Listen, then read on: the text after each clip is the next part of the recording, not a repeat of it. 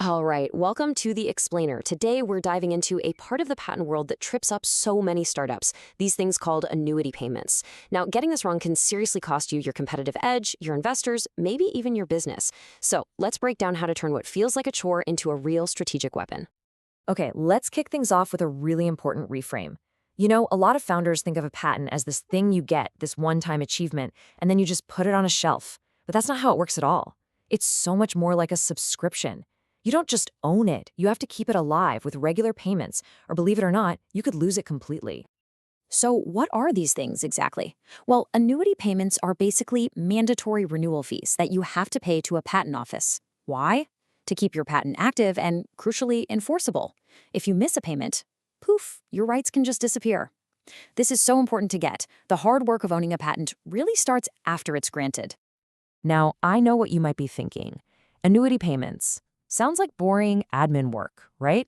Well, not so fast. The risks here are actually huge, and they go way beyond just losing one patent. Let's dig into how messing this up can affect everything from protecting your product to your ability to actually raise money. Let's talk about something every founder cares about: investor trust. Imagine you're in a due diligence meeting. Investors are going to comb through your patent portfolio. And they're not just looking at what cool stuff you've invented, they're looking at how well you're protecting it. A patent that has lapsed because of a missed payment, that's not just a little mistake, it's a massive red flag. And this right here is what really gets investors nervous. A lapsed patent is often seen as a symptom of a bigger problem: shaky operations. It makes them wonder, hey, if this team can't even handle this fundamental task, how are they going to handle the bigger, more complex challenges that are definitely coming their way? So, this is a question you really need to ask yourself, especially before you start fundraising. What story is your IP management telling investors?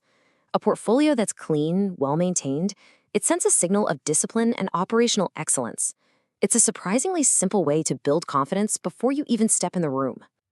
Okay, another huge risk: the cash flow surprise. As you can see from this chart, these fees are not a flat rate. They jump up, sometimes dramatically, over time. And the costs are different in every country. For a startup that's trying to protect its runway, getting hit with an unexpected giant bill can be a really serious blow. And then there's just the chaos of startup life, right? People move fast. Maybe the one person who knew everything about the patent deadlines leaves the company. Or a tiny data error, a wrong patent number, a typo in a date, snowballs into a complete loss of your rights. It's a system that absolutely has to be resilient to human error. Okay, so it sounds a bit scary, right? But here's the good news. You've got options. You don't just have to cross your fingers and hope for the best. There are really three main strategic paths you can go down. You can build, you can buy, or you can take a hybrid approach. Let's break them down.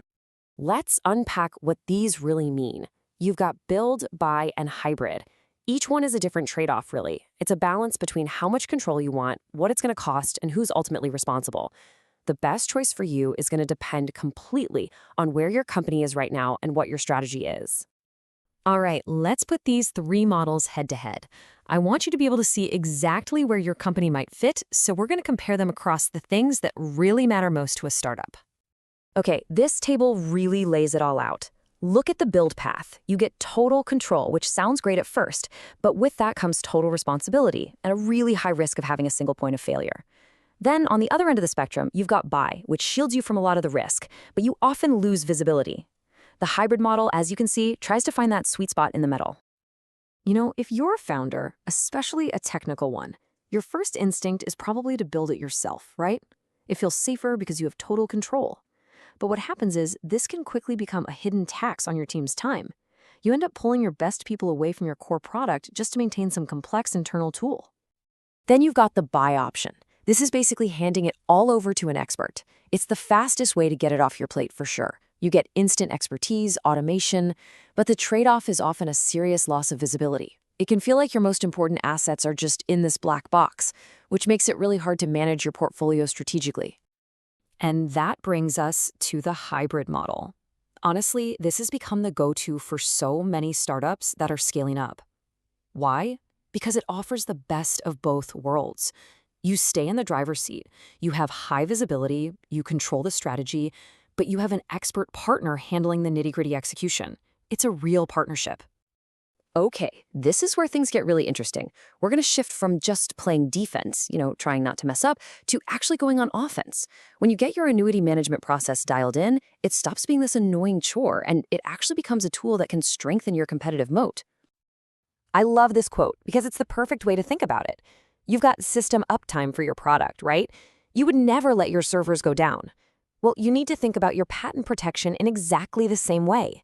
If your product has downtime, you lose customers. If your patent has downtime, you're basically inviting competitors to come in and steal your market. So, what does this transformation actually look like? Well, once you get your renewals organized, something amazing happens. You get clarity. All of a sudden, you're not just reacting to deadlines anymore. You can see your entire portfolio, you understand the costs, and you can start to make really sharp strategic decisions. You can ask, hey, does this patent still protect our core business? And if the answer is no, you can retire it and pour that cash back into R&D for whatever's next. That is how you turn a cost center into a strategic weapon. So, at the end of the day, it all comes down to this one question for you and your company. Do you see these patent payments as just another bill you have to pay? Or do you see them as an opportunity to sharpen your focus and outmaneuver the competition? How you answer that could very well define your company's future.